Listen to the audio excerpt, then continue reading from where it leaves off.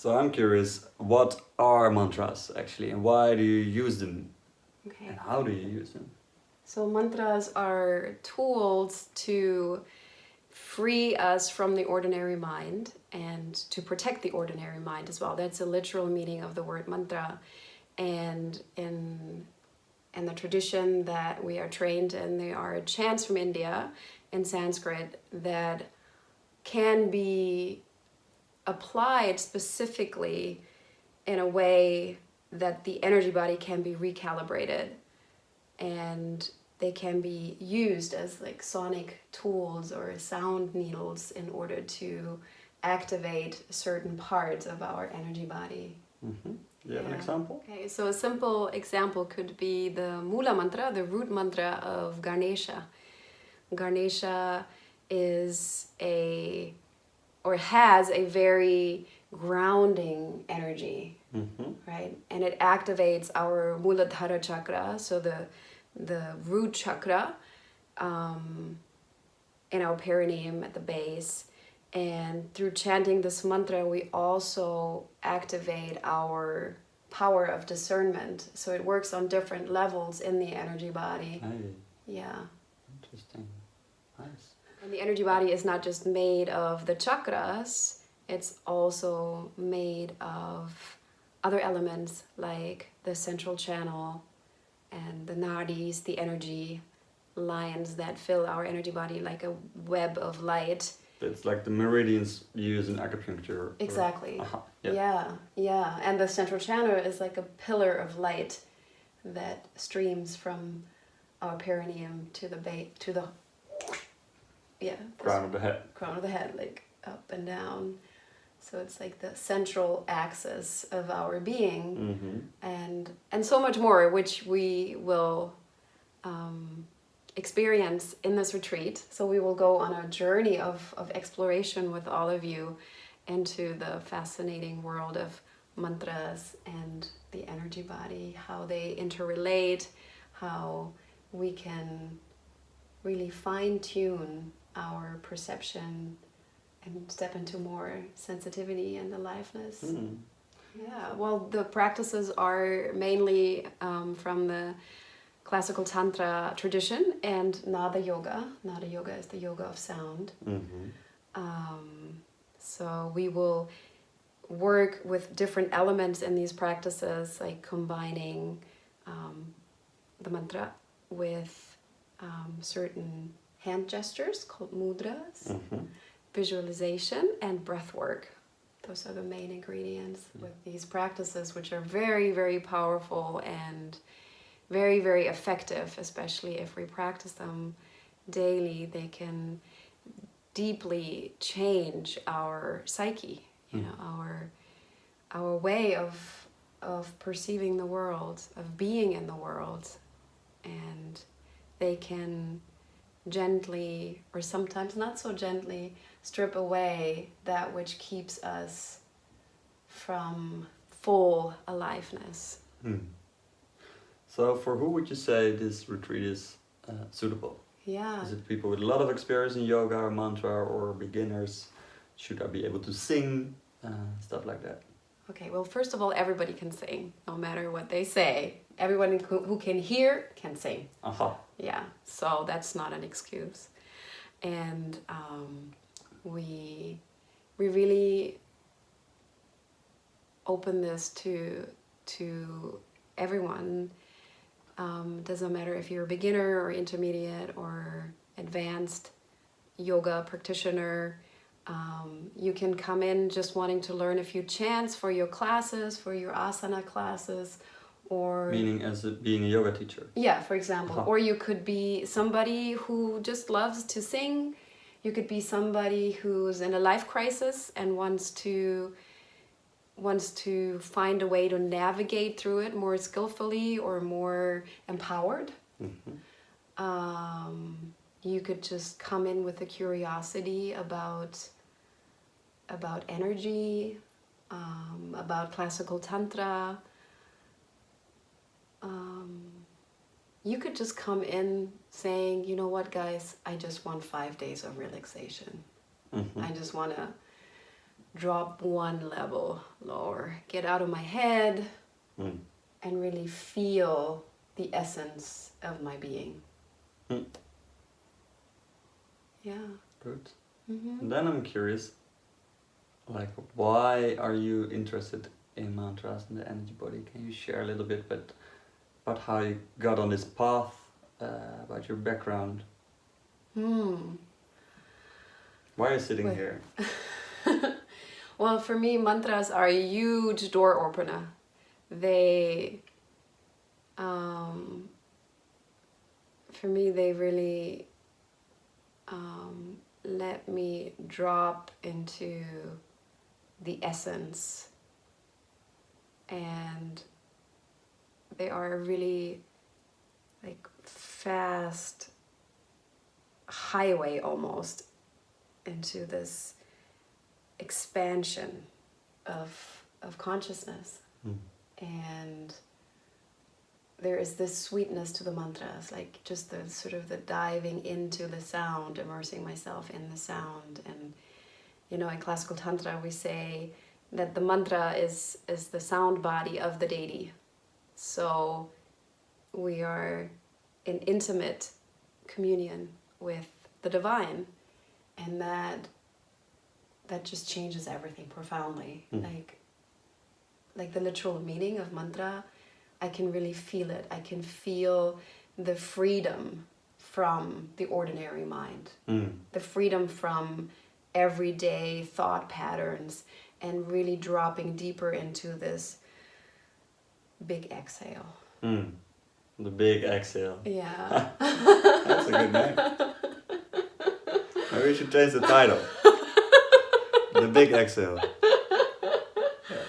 Yeah, and I've been on this path since I was in my early 20s, so how old am I now? So that's like 15, a bit more. It's 15, 16 years. I mean, seriously, for like 13 years, but beforehand I was already dabbling, you know, already like putting my toes in the water, like coming across mantras here and there when I was traveling. And I've always loved India since I was a teenager, and that drew me into the world of mantra.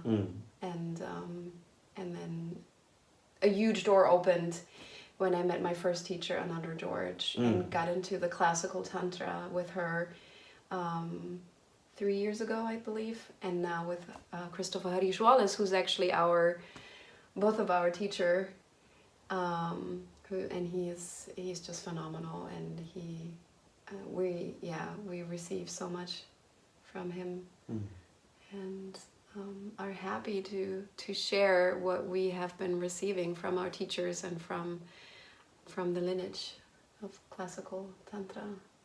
Yeah. But before you went into tantra, you toured with your band. Oh yeah, and singing.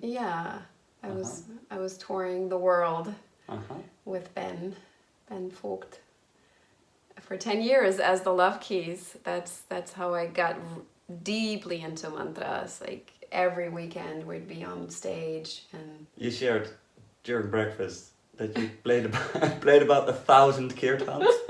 1,000. Yes. Kirtans are like mantra sing-alongs. You get together and there's musicians, and over the whole evening you build up, and it's beautiful. But 1,000 is not a little exaggerated. I mean, like 1,000 events. So that's like kirtans, mantra yoga classes. We took people to India and Morocco and did retreats with them there, workshops. So all of these events, all of them over 1,000, because we were just crazy into it. Like we were so passionate about bhakti yoga, the yoga of devotion, that we just didn't want to do anything else. Yeah. One of the goals in classical tantra is jivan mukti, embodied liberation. And ultimately that's why we can be here, whether we're aware of it or not. And so being in this space of practice together, of sadhana, which is such a beautiful word, spiritual practice, during this retreat can be an act of liberation, and that's what what is one of the strongest driving forces for me to hold these retreats, you know, to be in the space together, so we can all find more freedom in our being and in our experience of the world. Yes. And that's a huge passion. Yeah.